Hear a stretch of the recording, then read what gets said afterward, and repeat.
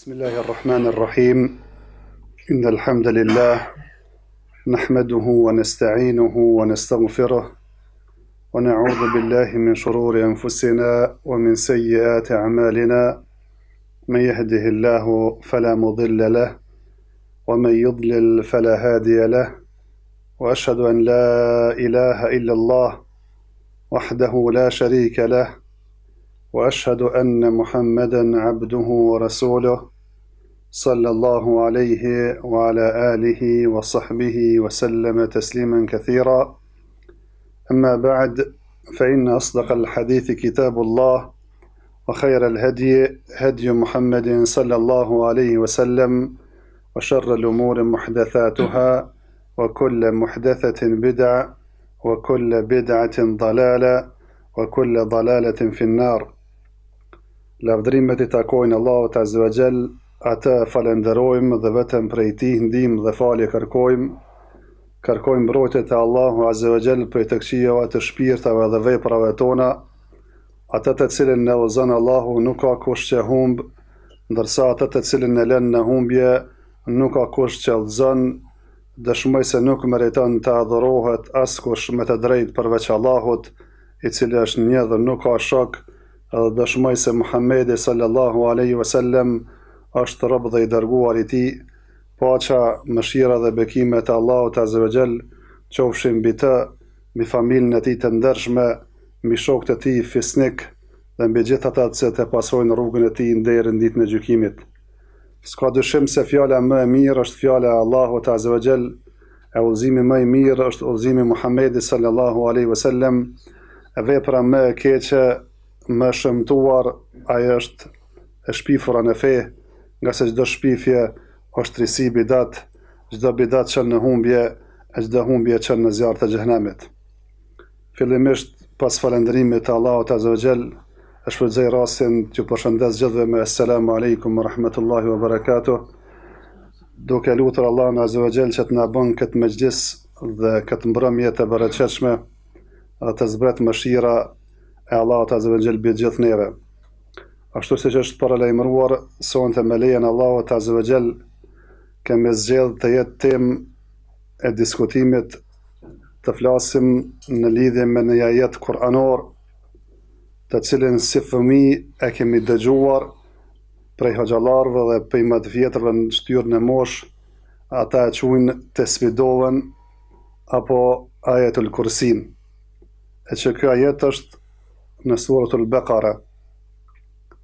Mirë po, para se me fol lidhe me këtë ajet dhe çka ka ardhur nga pejgamberi sallallahu alaihi wasallam lidhe me këtë ajet dhe mësimet dhe argumentet e tauhidit që nxirren nga ky ajet, është mirë me tregu 2-3 fjalë në lidhje me Kur'anin përgjithësi dhe angazhimin e muslimanët me të, nga se atë që përmenden shpesh në përndajat tona nuk ka gjë më të mirë që njeriu e mbush kohën e vet dhe e kalon jetën e vet se me mësu diçka nga Kurani, qoftë me mësu ata përmendsh, qoftë me mësu kuptimin e tij, apo edhe të praktikuarit e tij.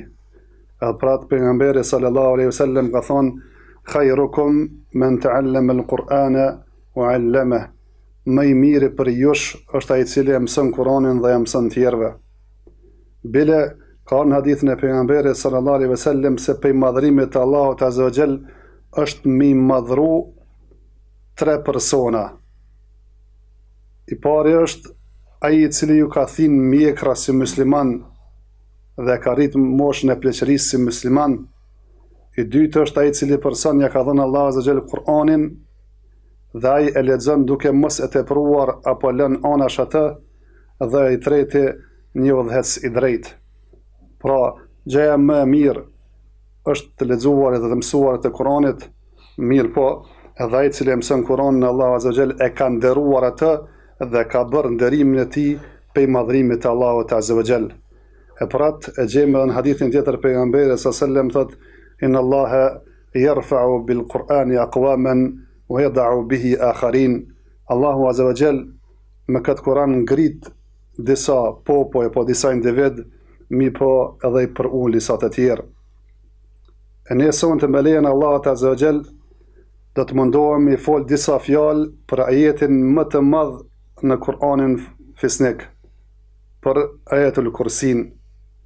Një ditë pejgamberi sallallahu alaihi wasallam hyn në xhami dhe gjen një prej shokëve të tij e ka pas emrin Ubej bin Ka'b, apo kunjen e ka pas Ebu Mundhir, dhe pyet pejgamberi sallallahu alaihi wasallam: ja Ebu Mundhir, a din se cili është ajeti më i madh në Kur'an? Ai fillimisht i përgjigjet duke thënë se Allahu dhe i dërguari i tij sallallahu alaihi wasallam e din më së miri. E pejgamberi sallallahu alaihi wasallam po insiston me pyetjen e tij që të përgjigjet dhe po e pyet prapë se cili është ajeti më i madh në Kur'an, e po i përgjigjet Ubej bin Ka'b duke thënë se ajeti më i madh në Kur'an është fjala e Allahut azza wa jall: Allahu la ilaha illa huwa al-hayyul qayyum, la ta'khudhuhu sinatun wala nawm, له ما في السماوات وما في الأرض من ذا الذي يشفع عنده إلا بإذنه يعلم ما بين أيديهم وما خلفهم ولا يحيطون بشيء من علمه إلا بما شاء وسع كرسيه السماوات والأرض ولا يؤوده حفظهما وهو العلي العظيم. Dhe këtu përfundon ajetul Kursi e pejgamberi sallallahu alaihi wasallam në shenjë miratimi e godet lehtësisht në gjoksin e tij dhe i thot të poshtë hije ditoria që të ka dhënë Allahu azza wa jall. Mirë po, fillimisht një edukat që e kanë pas vazhdimisht sahabët e pejgamberit sallallahu alaihi wasallam kur janë pyetur diçka nga pejgamberi sallallahu alaihi wasallam për një çështje të caktuar, për edukatës e tyre ka qenë që mu përgjigj Allahu azza wa jall dhe i dërguari i tij din më së miri. E që kjo edukat kohë pas kohe po na ikën dhe po na mungon që edhe nëse dim diçka, mos t'jem për atyre që të parë të përgjigjem, po t'japëm hapësirë tjerëve që ndoshta din më mirë se ne. E sidomos kur ne nuk jem sigurt në përgjigje apo nuk e dim fare përgjigjen, atëherë mos nxjetojmë thajmë përgjigje, nga se kjo nuk është për edukatës islame. Çështja tjetër që është shumë më rëndësi për këtij hadithi me kuptu vëllezër të nderuar, se pejgamberi sallallahu alaihi wasallam po e pyet këtë shok të dalluar të tij. Nga se Ubej bin Ka'bi ka qenë për shokët të dalluar pejgamberit sallallahu alaihi wasallam. Cili është ajeti më i madh në Kur'an? Edhe nuk po i thot gjeje një ajet prej 10, 20, 30 ajeteve, apo prej 100 ajeteve, apo prej një sure, po thot cilë është ajeti më i madh në Kur'an. E Kur'ani ka përmi 6.000 ajete, edhe po e zgjedh pikërisht ajetul Kursin. Edhe po e pyet, edhe s'po i thot se përgjigjen ma jep nesër, ose mas një jave, ose mas një muje, po me insistimin e dytë, po e lyp përgjigjen që me dhonë me një herë. Pikërisht po e zgjedh këtë ajet, nga se është ajet i cili fol për madhrinë e Allahut azza wa jall, për tauhidin, për cilësitë dhe atributet e larta që i ka Allahu azza wa jall. E kjo na mëson diçka tjetër, se sa ka pas pozit tauhidi, besimi i pastërt, njëshmëria e Allahut azza wa jall, lartësimi e emrave me Allahut azza me emra dhe cilësitë e tij në zemrat e sahabëve. Ka sa thjesht i kanë ditë prioritetet, e kanë ditë çka është tauhidi. Nuk është e njëjtë si një ajet i cili fol për Allahun azza wa jall, për emra dhe cilësitë e tij, si një ajet që fol ndoshta për edukatën, apo fol për një dispozitë dytësore, apo fol ndoshta për llahtaritë e ditës gjykimit. Nuk është njësoj si me fol një ajet për Kur'anin, për Allahun azza wa jall, si me fol për këto gjëra. Nuk është realisht edhe njëjtë si me fol për Allahun azza wa jall, si me fol për pabesimtarët mohues të tina, apo gjendjen e tyre dhe dënimin që ka përgatitur Allahu azza wa jall për ta. Nëse thonë dietarët, deri dhe lartësia në ditorie dihet varësisht kënë e ka objekt trajtimit, si në jetën praktike. Një njeri i cili ka njohuri për shëndetin e njeriu quhet mjek, një njeri i cili merret në rregullimin e automobileve, quhet mekanik, ndoshta dytë kanë mundësi me qenë profesionalista në drejtimet e tyre. Mirë, po ky që e ka trajtim dhe objekt trajtimit njeriu, ditoria e tij është më e lartë se ditoria e këtij që merret me hekra dhe me anën mekanike të kerrët. Edhe kështu është një jetë që trajton tauhidin, njëshmërinë e Allahut Azza wa Jall, emra dhe cilësitë e Allahut Azza wa Jall janë më të dalluara, më të veçanta se disa ajete, domethënë, që flasin tema tjera. Edhe pse folsi është i njëjti. Folsi dhe Kurani tërë është fjala e Allahut Azza wa Jall. Mirë, po dallojnë për i trajtimit të temave që i bëjnë. E pra të gjejmë domethënë Allahu Azza wa Jall e ka veçuar për Kuranit suratul Fatiha. Dhe ka thënë pejgamberi sallallahu alajhi wasallam se nuk ka zbritur Allahu Azza wa Jall as në Teurat, as në Injil, as në Kur'an surës e suratul Fatiha. Ka folë për suratul Ikhlas, apo Qul huwallahu ahad, dhe ka thënë është si një e treta e Kur'anit. Ka folë për Qul ya ayyuhal kafirun, suratul Kafirun, ka thënë ai i cili e lexon para se me fjet këtë sure i regjistrohet si distancim prej shirkut. Thjesht janë veçuar këto ajete, këto sure për shkak të temës që e trajtojnë ato. E gjitha këto thuja trajtojnë çështën e besimit në Allahun Azza wa Jall. Mirë po, jo vetëm ky sahabi, shumica e sahabive të dërguarit pejgamberit sallallahu alajhi wasallam e kanë pas tauhidin prioritet. Pejgamberi sallallahu alajhi wasallam e ka organizuar një ekspeditë dhe udhëheqësia e asaj ekspedite çdo namaz që falte pas al-Fatihas, edhe pse këndonte diçka tjetër nga Kurani, e kishte traditë të lexonte suratul Ikhlas, Kul huwallahu ahad, Allahu samad, deri në fund surës. Thjesht ju duket e çuditshme aty në cilët ishin me të dhe po informojnë pejgamberin sallallahu alaihi wasallam dhe po i thonë se ky po vepron kështu. Dhe po e thot pejgamberi sallallahu alaihi wasallam pyetni se çka është yn atë ta lexon në çdo rekat Kul huwallahu ahad suratul Ikhlas.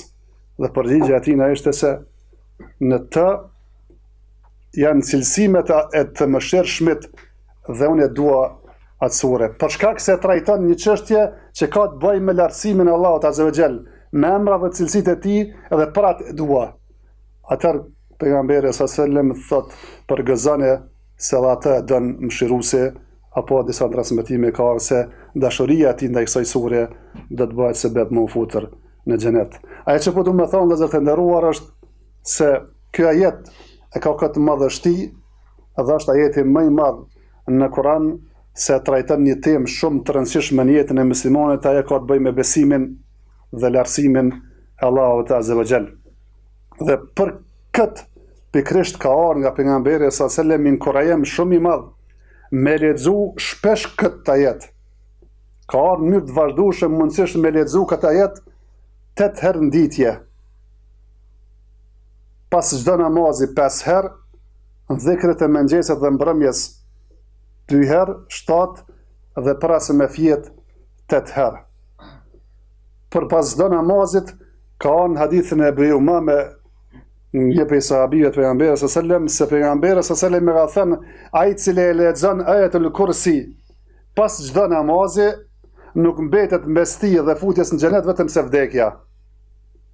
Thotë Ibn al-Qayyim, e kam dëgjuar hoxhën tim Ibn Taymiyyah të thonë se kur nuk e kam lanë pas namazit me lexue ajetul kursin. Ka në hadithin tjetër të po Ubej bin Ka'bit, një tregim që e tregon aty, dhe në fund të hadithit vjen se ai i cili e lexon këtë ajet në dhikrin e mëngjesit, në mëngjes, do të ketë mbrojtje deri në mbrëmje, dhe ai i cili e lexon në dhikrin e mbrëmjes në mbrëmje, do të ketë mbrojtje deri në mëngjes. Dhe ka ardhur në hadithin e Abu Hurajrës të gjatin, se pejgamberi sallallahu alaihi wasallam një ditë e ka caktuar Abu Hurajrën për të ruajtur zeqatin dhe sadakan që është mbledhur. Dhe natën e parë, duke ruajtur Abu Hurajra, vjen një person dhe merr nga ajo sadaka, vjedh. Dhe Abu Hurajra e nxon atë, e ai fillon të ankohet se kam nevojë, jam nevojtar, kam familje kështu me radhë, derisa e binde Abu Hurajra me liru atë. Të nesëmen, pejgamberi sallallahu alajhi wasallam frymëzohet dhe informohet se çka ka ndodhur mbrëm me Abu Hurajrën dhe e pyet se çka bëri musafiri yt mbrëm. Dhe Ebu Hurajra po i tregon se kam takuar një person që merrte nga sadakaja dhe pasi që e kam zënë, më ka kërkuar që ta liroj nga se kam nevojë dhe kam familje dhe lirova.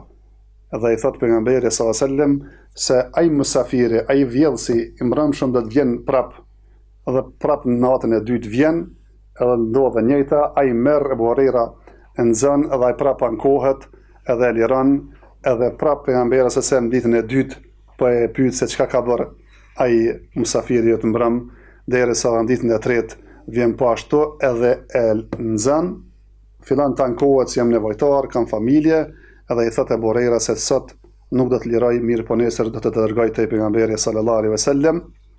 Atëra i thot, nëse unë ta mësoj një ajet, nëse lexon këtë në mbrëmje, Allahu azza wa jalla të dërgon një melaq që të ruaj deri në mëngjes, do të më lirosh, dhe ja mëson se ai i cili lexon ajetul kursi në mbrëmje para xhumit, Allahu azza wa jalla do t'ja dërgoj atij një mbrojtës deri sa të zgjohet. Edhe vjen të nesërmen Ebu Hurajra i tregon pejgamberit sallallahu alajhi wasallam se çka e ka mësuar ai vjellsi i mbrëmjes, dhe i tregon pejgamberit sallallahu alajhi wasallam se sadaqaka wa huwa kadhub, e ka thonë të vërtetën, mirë po ai është rënësak shumë i madh. Edhe e pyet në fund Ebu Hurajra, a din se kush është ai personi që vjedh të trinet të fundit? Ai thotë është ai shejtani. Mirë po që ne përfitojmë për kësaj ngjarje është se shejtani pja mëson një ajet Kuranit që të shpëton prej tina. Për Ebu Hurajra të mos e dërgon te pejgamberi sallallahu alajhi wasallam. Dhe mësimi i tina ishte se ai i cili e lexon këtë ajet në mbrëmje para xhumit derisa të zgjohet, Allahu azza wa jalla do t'i dërgojë atij mbrojtës. Dhe këtë e miraton pejgamberi sallallahu alajhi wasallam, ta ka thonë të vërtetën, edhe pse realisht është rënësak.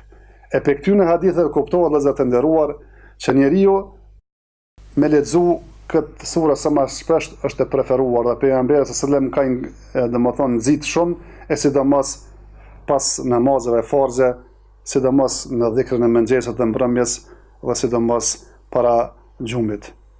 Mirë po, për me pas këtë efekt, thjesht në jetën tonë praktike, po dhe neve që lexojmë kohë pas kohe edhe në namaz, edhe jashtë namazit, nuk ka mundësi me e pas, qofse njeriu faktikisht e thot përmensh edhe nuk ja din kuptimin as pak se çka do të thonë kjo ajet. Nuk është e logjikshme, ndoshta një njeri me kalu 20-30 vjet, ndoshta më tepër, dhe e thot vazhdimisht ajetul kursin qoftë namaz, qoftë pas namazit, edhe nuk e din se asnjë fjalë këtij ajeti çka do të thonë. Thjesht nuk ka mundësi me pas ndoshta atë efektin e kërkuar dhe që është premtuar në për hadithet e pejgamberit sallallahu alajhi wasallam. Mirë po, koncentrimin nuk do të jetë i njëjtë.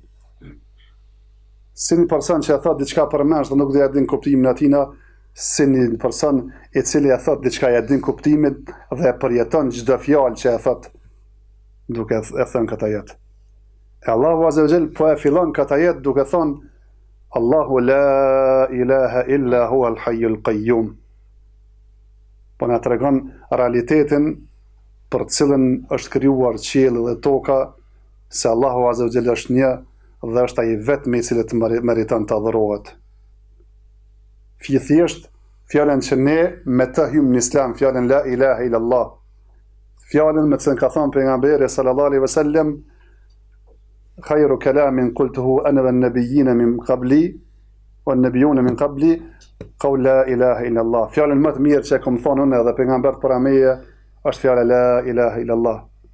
Ka thënë pejgamberi sallallahu alaihi wasallam, men kana akhiru kalamihi la ilaha illa Allah dakhala al-janna. Atë do të jetë fjala atij e fundit në këtë dunja, la ilaha illa Allah, do të hynë në xhenet. Fjalë me të cilën Allah azza jalla ka krijuar qiellin dhe tokën, thjesht ka krijuar xhenetin dhe xhenemin, dhe për cilën fjalë janë ndan njerëz në musliman dhe pa besimtar. Ai i cili e pranon këtë realitet është musliman, dhe shpërblim ka xhenetin, mirë po ai i cili refuzon për të ka dënim të dhimbshëm. Fjalë me të cilën Allah azza jalla ka dërguar gjithë pejgamberët. وَلَقَدْ بَعَثْنَا فِي كُلِّ أُمَّةٍ رَسُولًا أَنِ اعْبُدُوا اللَّهَ وَاجْتَنِبُوا الطَّاغُوتَ. Dhe kemi dërguar të çdo popull pejgamber që të adhurojnë Allahun azza wa jall dhe të largohen adhurimeve të kota. وَمَا أَرْسَلْنَاكَ وما أرسلنا من قبلك من رسول إلا نوحي إليه أنه لا إله إلا أنا فاعبدون. Në ajet tjetër që nuk kemi dërguar, thot Allahu Azza wa Jall, asnjë pejgamber për ateje, vetëm se kem frymzuar atë që unë jam një i cili meriton të adhurohet dhe mu më adhuroni. Pejgamberi sallallahu alaihi wasallam kur e dërgon Muadhin në Yemen, ajo që urdhron të bën davet me të dhe thirrjen ta filloj është se gjështja e parë që të thirrsh ata është që të njësojnë Allahun Azza wa Jalla dhe të besojnë atë se nuk meriton të adhurohet askush përveç tij. Mirë, por nuk kërkohet që këtë fjalë të dim vetëm si fjalë. Mirë, por patjetër për me pas efektin se efekt duhet të dim edhe kuptimin e saj dhe të mundohem të përmbahem asaj që ka del nga kjo fjalë. Se fjala la ilaha illallah do të thotë se nuk meriton të adhurohet askush tjetër përveç Allahut. Nuk do të thotë fjala la ilaha illallah nuk ka zot tjetër përveç Allahut. Se këtë realitet e kanë pranuar pothuajse këtë krijesat dhe ata që i është dërguar pejgamberi sallallahu alajhi wasallam mushrikët e Mekës, këtë punë e kanë besuar se Zoti është ai që ka kriju qiellin dhe tokën. Mirë, po ata idhujt i kanë marrë si ndërmjetësues për të Zotit kryesor. Dhe Allahu Azza wa Jalla kur e ka dërguar për këtë pejgamber, nuk e ka dërguar që të i thirrë diçka që ata vetëm e dinë dhe pranojnë, se Zoti është krijues. Mirë, po ka dashur përmes fjalës la ilaha illallah të thirrë që të besojnë se nuk meriton të adhurohet vetëm sa i cili ka krijuar dhe furnizon dhe i mban krijesat.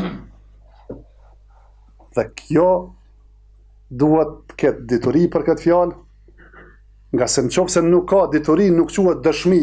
E shahadeti është dëshmi, që dëshmon se nuk meriton të adhurohet askush përveç Allahut Azza wa Jall. E njeriu që nuk din, nuk mund të quhet të dëshmitar dhe nuk pranohet dëshmia e tij, nga se nëse thua pa dituri, ai nuk llogaritet dëshmi. Edhe për të llogaritur dëshmi që ndihmon njeriu në këtë botë dhe shpëton në ahiret, patjetër duhet me pas dituri lidhe me këtë fjalë. Po jo vetëm kaq, po kësaj diturie t'ia shoqëroj edhe veprën dhe të mundohet që veprat e tij të jenë në përputhshmëri me atë që nxirret nga kjo fjalë. Të jetë bindur dhe praktikues ndaj asaj që Allahu Azza wa Jall ka kërkuar prej neve, që dashuria jon të jetë për Allahun Azza wa Jall, frika jon të jetë nga Allahu Azza wa Jall, shpresa jon të jetë në Allahun Azza wa Jall, të mbështetem vetëm Allahut Azza wa Jall, të falem vetëm atij, të agjerojmë vetëm për të, të prejmë kurban vetëm për të, thjesht jetën tonë dhe vdekjen tonë të kem vetëm për Allahun Azza wa Jall. Kjo është fjala la ilaha illallah. Mirë, po dikush ka mundësi me e pyet se po pse të adhurojmë Allahun Azza wa Jall? Pse duhet veçuar Allahun Azza wa Jall me adhurim? E si përgjigje e kësaj, pasi që Allahu Azza wa Jall fillimisht e fillon me këtë vërtet absolute se nuk meriton të adhurohet askush tjetër përveç Allahut, i sjell në vijim argumentet se pse Allahu Azza wa Jall duhet veçuar me adhurim e jo dikush tjetër. E thot El Hayyul Qayyum. Ai është i gjalli dhe i forti. I gjalli, vëllezër të nderuar, që nuk ka para tij asgjë dhe nuk ka pas tij asgjë. Është i pari pa fillim, është i fundit pa mbarim. Kullu shay'in halikun illa wajha. Çdo gjë do të shkatërrohet përveç fytyrës dhe Allahut Azza wa Jall.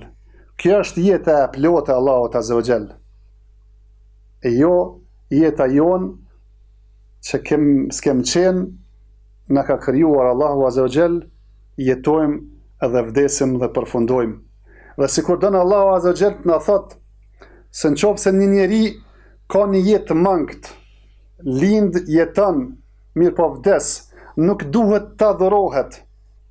Atëherë me çfarë logjike njeriu merr diçka që nuk ka fare jetë, qoftë ai guri, qoftë ai dru, apo qoftë ndonjë skulptur tjetër, edhe të adhurohet ajo. Thjesht wa tawakkal ala al-hayy alladhi la yamut. Mos adhuro as atë të ngurtën që s'ka fare jetë, as ajo që ka jetë, mirë po jeta e tij na ka fillim dhe mbarim, mirë po mbështet jo dhe adhuro atë që është i gjallë dhe nuk vdes kurrë, se jeta e tij është e plotë. El Qayyum, El Qayyum është vëllezër të nderuar se Allahu Azza wa Jalla është i plot fuqishëm dhe qëndron vetvetiu dhe nuk ka nevojë për askënd. Siç ka ardhur në hadithin kutsi, qofse i pari për njerëzve dhe i fundit për njerëzve mbledhen në një vend caktuar dhe bëhen si zemra më e devotshme një personit. Ajo s'do t'i shtoj asgjë pasurinë e Allahut Azza wa Jall. Mirë po të kundërtën, qofse këtë i parë dhe i fundit e tyre mbledhen me bëhen si zemra njeriu më të keq, nuk do t'i bëjnë dëm asgjë Allahut Azza wa Jall, se Allahu nuk ka nevojë për ta. Allahu Azza wa Jall është i fortë dhe i plot fuqishëm që qëndron vetvetiu. Përkundrazi, Allahu Azza wa Jall është ai i cili njerëzit kanë nevojë për të. Se për asnjë çast nuk mund qëndron njeriu, po nuk e krijoi Allahu, nuk e furnizoi Allahu Azza wa Jall dhe mbikëqyr Allahu Azza wa Jall. Gjithë jem ne të mvarëm për tina, ai nuk ka nevojë asgjë prej neve. E thojnë dietarët se te këtë dy emra El Hayyu El Qayyum, do shta janë ata dy emrat që ka ardhur në hadithin pejgamberit sallallahu alaihi wasallam, se ai i cili e lut Allahun Azza wa Jall me emrat më të mëdhej, Allahu Azza wa Jall do t'i përgjigjet atina. E thojnë se ky emër është El Hayyu El Qayyum. Për çka? Se El Hayyu është një emri Allah që fol për jetën dhe gjallërinë e tina, e që në të kthehen edhe shumë sifate tjera, se i gjalli flet, i gjalli din, i gjalli shëqan, i gjalli dëgjon, edhe këtë sifatet qënësore të Allahut Azza wa Jall kthehen të ky emër El Hayy, i gjalli. El Qayyum, ai i cili i mban tjerë dhe është i plot fuqishëm, kthehet fuqia të ai, kthehet sa ju bën dobi, ju bën dëm, thjesht jep jeta, merr shpirta, këtë sifate që kanë bëjnë me veprimet e Allahut Azza wa Jall kthehen te emri El Qayyum. La ta'khudhuhu sinatun wala nawm.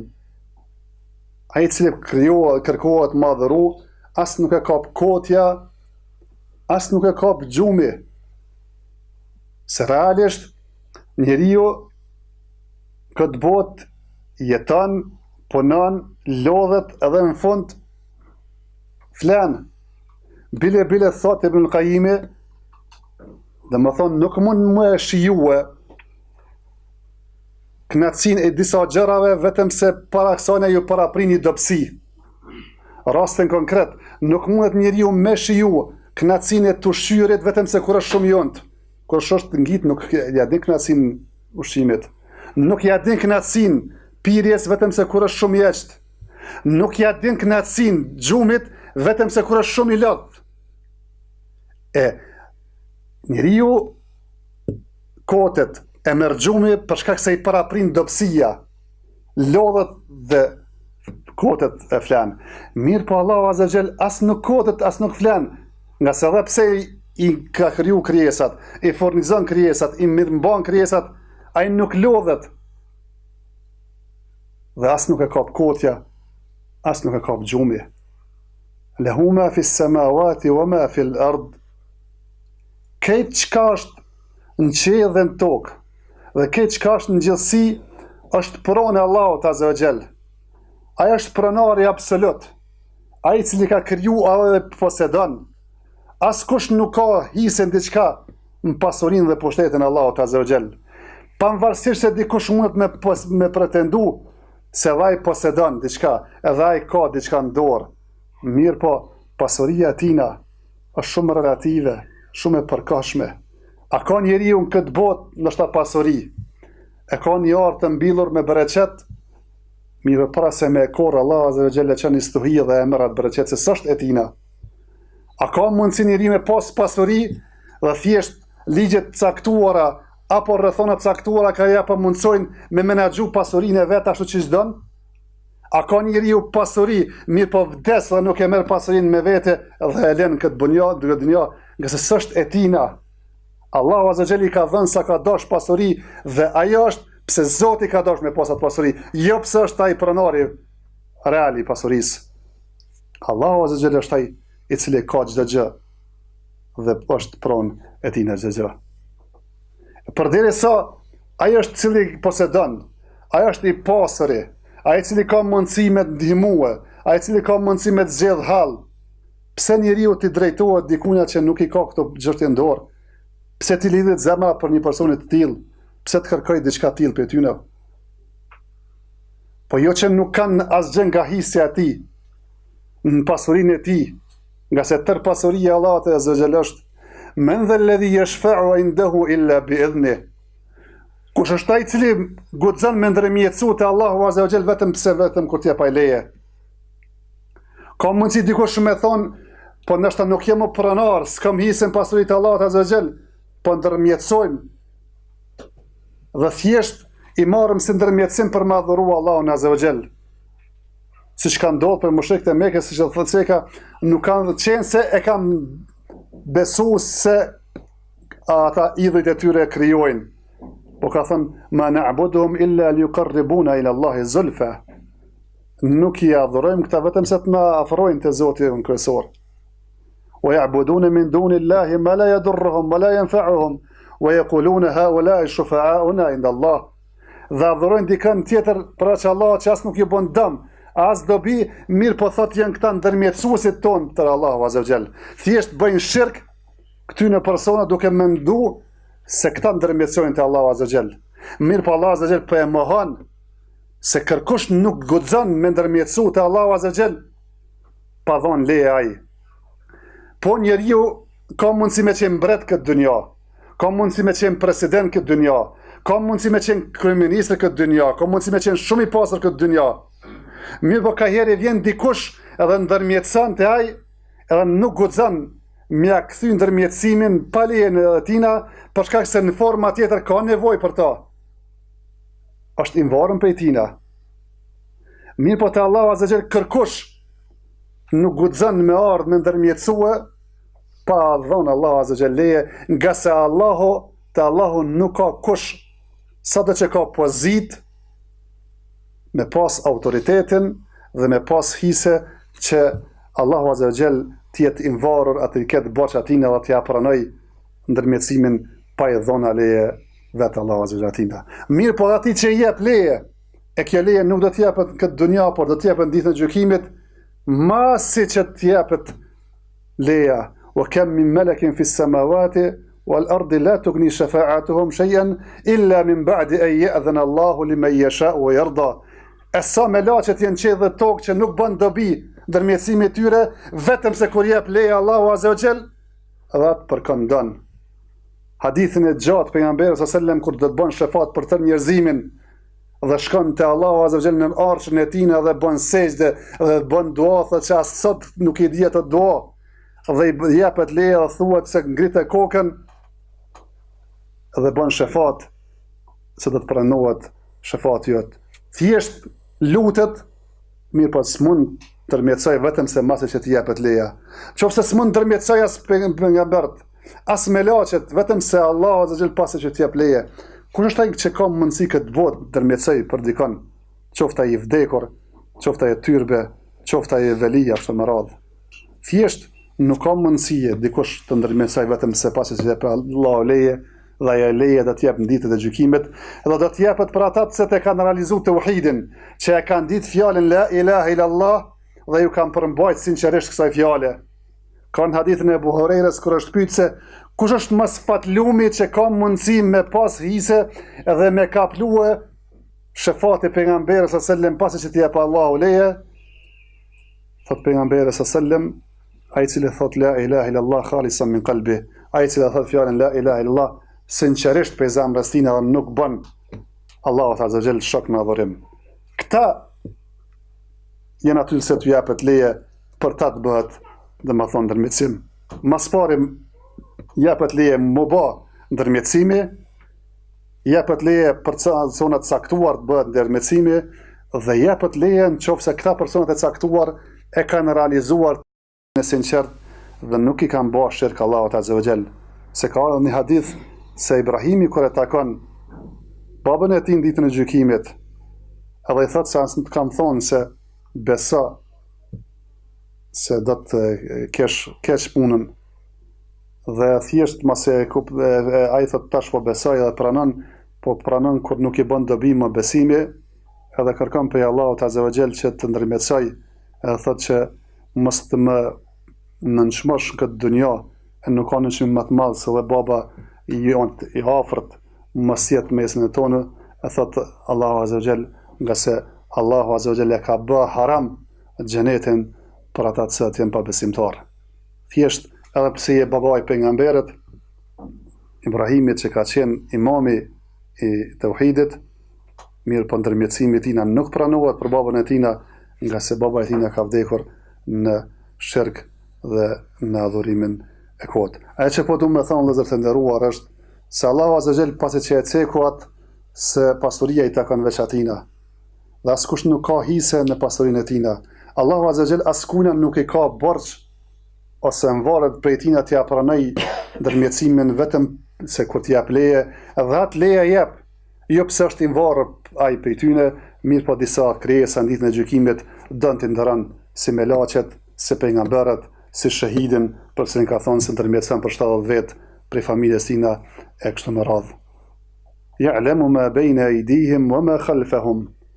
Allahu Azza wa Jalla është ai i cili e din të kaluarën, e din tashmen, e din të ardhshmen. Ai e din çka ka më ndodh. Ai e din ajo që s'ka ndodhur, sikur të kishte ndodhur, çysh kish më ndodh. Ditën e gjykimit, ata që janë pa besimtar dhe kërkojnë që të kthehen këtë dunja se do të përmirësohen. Allahu Azza wa Jalla e din se edhe sikur të ishin kthy, ata nuk do të ishin përmirësuar, nuk kishin besu.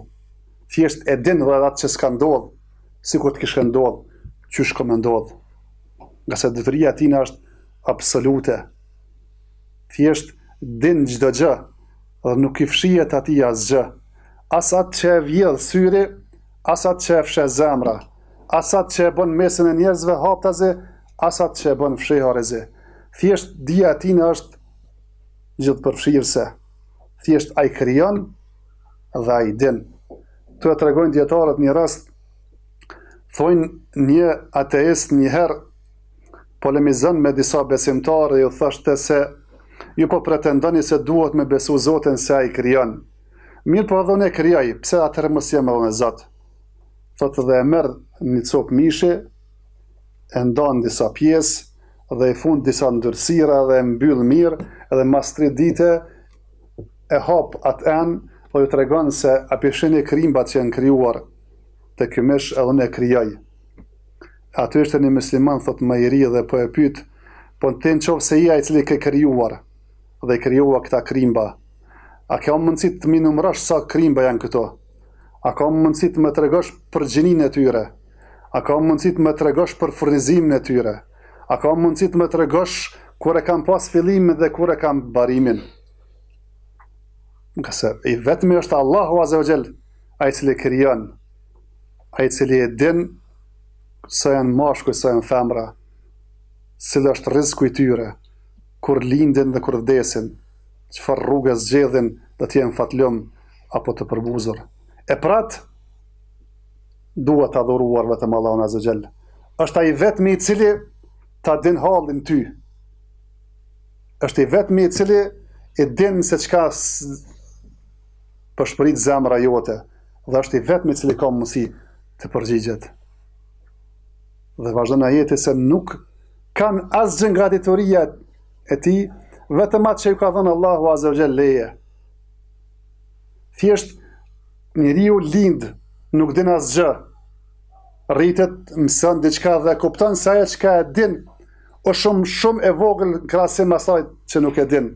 Plakët dhe fillon të rrallohet, të hup memoria dhe vdes. Ka se detyria e tij është e kufizuar, nuk ka prej detyrisë vetëm atë që ka dhënë Allahu Azza wa Jall. Ka në Sahihun e Buhariut rasti Musës dhe Khidrit, gjithë të dytë pejgamberët e Allahut Azza wa Jall. Edhe secili i ka dhënë detyrie që si ka dhënë tjetrit.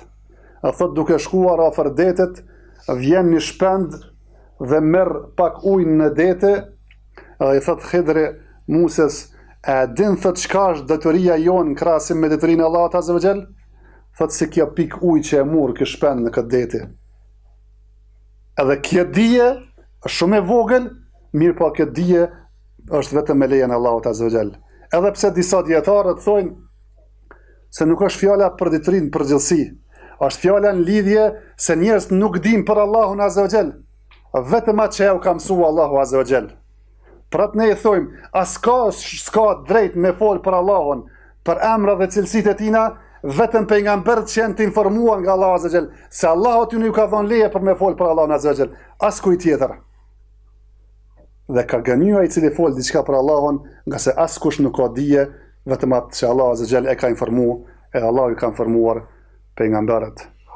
Wasi'a kursiyuhu as-samawati wal-ard. Kursia e tij e ka kapluar qiellin dhe tokën.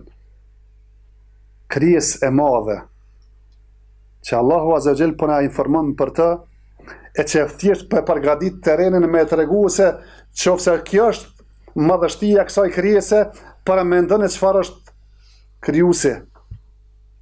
Kursi ka ardhur në hadithin e Dherrit se madhështia edhe madhësia e kësaj kursijes është se një halk e hekurt e hedhur një shkretir. A vrejet ajo halka? Qa që është qielli dhe toka në krahasim me kursin? Mirë po dhe kursia krahasim me arshin, fronin e Allahut Azza wa Jall, thot është po ashtot. Para mendoni, janë 7 palë qiej, po ashtot toka, sa janë të mëdhaja që ne nuk i shohim vetëm këtë që na rrethon neve, e këtë këto janë vetëm se një halk e hodhur një shkretin krahasim me kursin. E kursia krahasim me arshin është po aq e vogël. E prat, njeriu ka herë duhet me sill në kokën e vet atë hadithin wa tafakkaru fi makhluqatillah wa la tafakkaru fi dhatillah. Dhe meditoni për krijesat e Allahut Azza wa Jall. Shikoni madhështinë që e kanë, sa njeriu mahnitet me qiellin dhe tokën dhe me këta yje që i sheh, me këto galaktika që i sheh. Mirë po kjo është një krijesë e vogël në krahasim me kursin, si një halk e hodhur në shkretir. Para mendoni arshin dhe para mendoni madhështinë e Allahut Azza wa Jall. Mirë pavarësisht se ti ke mundësi me thonë se këto krijesa janë të mëdha, qielli dhe toka, këto galaktika, la yauduhu hifdhuhuma. Allahu Azza wa Jall nuk e lodhin, pavarësisht pse i mirëmban. Edhe nëse për një çast dhe mendja Allah do të ishte larguar prej qiellit dhe tokës, do të ishin shkatruar. Mirë po prapë se prapë mirëmbajtja, përkujdesja për qiellin dhe tokën, Allahu Azza wa Jall nuk e lodh dhe nuk e vjen shtir. Wa huwa al-aliyyul azim. Ai është i lartë dhe ai është i madhi. I lartë është i lartë me qenjen e tina, Ar-Rahmanu 'ala al-'arshi istawa. I gjithë mëshirshmi qëndron mbi arsh. Është i lartë me pushtetin e tina, wa huwa al-qahiru fawqa ibadihi. Dhe sundimi i tina është mbi krijesat e tina. Është i lartë me madhështinë e tina, wa ma qadarullaha haqqa qadrihi. Nuk e kanë vlerësuar madhështinë e Allahut Azza wa Jall ashtu siç duhet, nga sa ai është al-azim, ai është i madhi, qenia e lartë, sifatet e mëdhaja, thjesht veprimet e mëdhaja, dhe ai i cili e beson Allahun Azza wa Jall dhe beson atë dhe falendron atë dhe i përmbahet atina, falendrimi i tina dhe shpërbimi i tij për ta do të jetë i madh. Lutim Allahun Azza wa Jall që të na bën prej atyre që i audim rëndësinë përgjithsisht Kur'anin, e veçanti disa jetëve të caktuara për cilat ka ardhur ndonjë hadith i veçantë për rëndësinë e tyre, të adim kuptimin e tyre, të mundohemi të përjetojmë këto kuptime dhe lutim Allahun Azza wa Jall që të na bën prej atyre që adim rëndësinë e tauhidit, e jetësojmë atë, jetojmë me të, vdesim me të, dhe të jetë fjala jone e fundit në këtë dunja. La ilaha illallah Muhammadur Rasulullah. Wa akhiru da'wana alhamdulillahi rabbil alamin. Wa sallallahu wa sallam ala nabiyyina Muhammad.